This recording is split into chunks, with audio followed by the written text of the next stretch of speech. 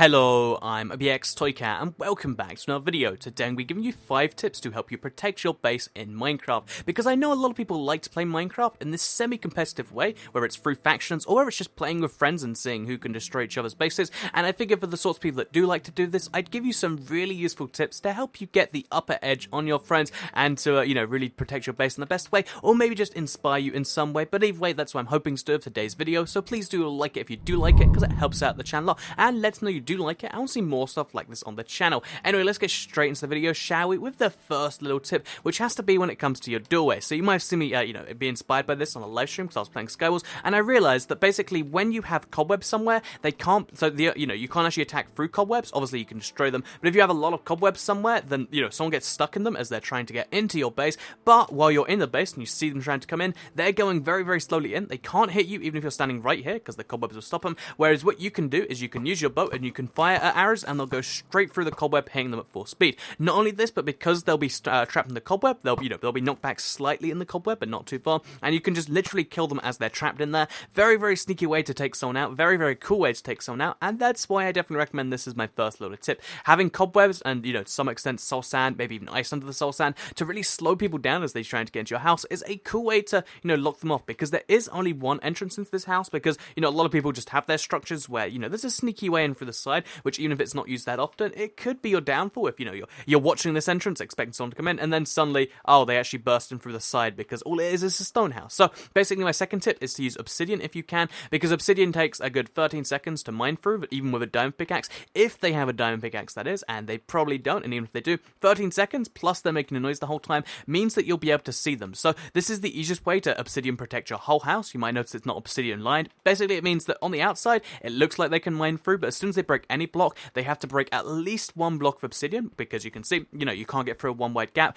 which means you'll be able to see them, you'll be able to see them trying to mine obsidian, and again, you got the bow advantage on them, which is pretty nice to have, because they're sitting there trying to mine, and then you can just take them out like that. So yeah, the obsidian lined walls, I mean, in reality, the stone behind this doesn't actually, protect you from anything but arrows, but, it's still a nice way to, make people think they can't get in. If they try and break through, then they're gonna get to your obsidian. So yeah, having obsidian lined walls is a pretty cool thing to do, and having it with one gap in between means you can save obsidian, because no one wants to go and mine like 3 stacks of obsidian, so just a single stack will cover your entire house like this.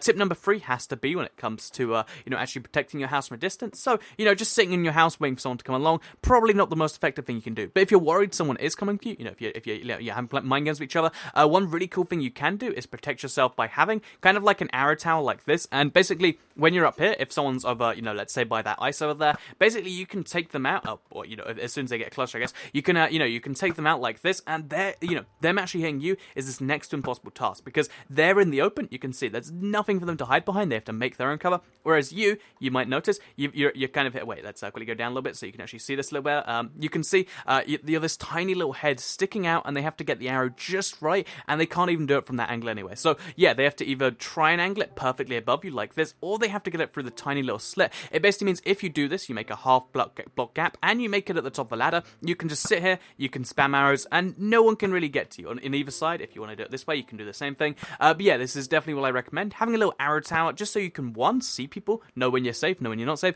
and 2, so you can take people out in the easiest way possible, because even if they're massively armored and you're not, if you can just do this long enough, you can whittle away their armor, and they'll have to run away from you, because that's really a lot of the pro tips when it comes to combat. If you can make sure they can't hit you at all, then they can't do any damage to you. So yeah, the bow is magical in that way too, and that has to be way number 3 here. So tip number 4 is to have a chest somewhere in your base that, it's totally your real chest and contains all your stuff that they think. So when they go into your house, they don't go looking for your secret chest, because they find your real chest, they're like, oh, I found his diamond, aha, I took his diamond, then they gloat or something, and your real chest is, let's say under this block right here, there's a chest down there, so no one's going to look there because they found your real chest over here, and that's going to be tip number 4. Always have a fake chest, because if you don't have a fake chest, they'll know that your real chest is hidden, and they might go looking for it. If they know you've got lots of good stuff, they'll go looking for that. But if they see your fake chest and they get something worthwhile, then they'll be like, okay, that's just the fake chest. So yeah, Fake chest is tip number 4 because it's a good way to trick people. I think in real life that works. If you have like a fake safe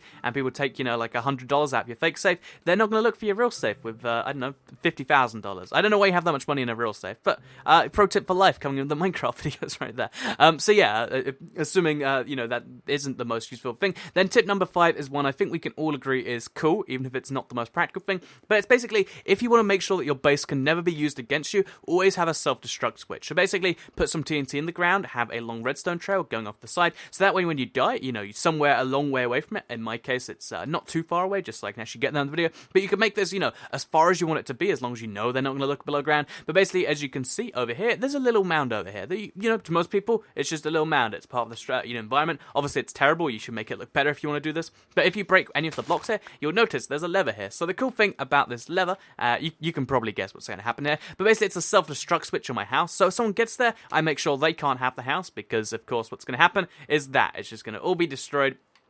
And the entire ground's gone. It's just a big hole in the ground that has some obsidian lining the walls. Of course, you know, the obsidian kind of protects the house, but, you know, still, even then, no one's going to want to use a house that's that destroyed. They have to repair it, which may waste them time, or they... As you can see, there's just nothing below here.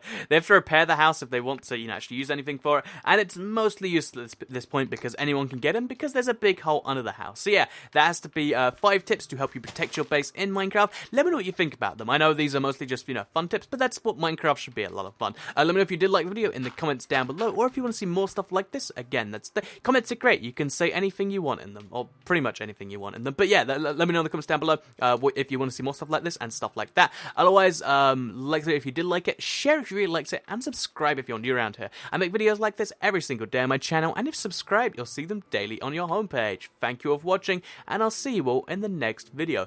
Bye.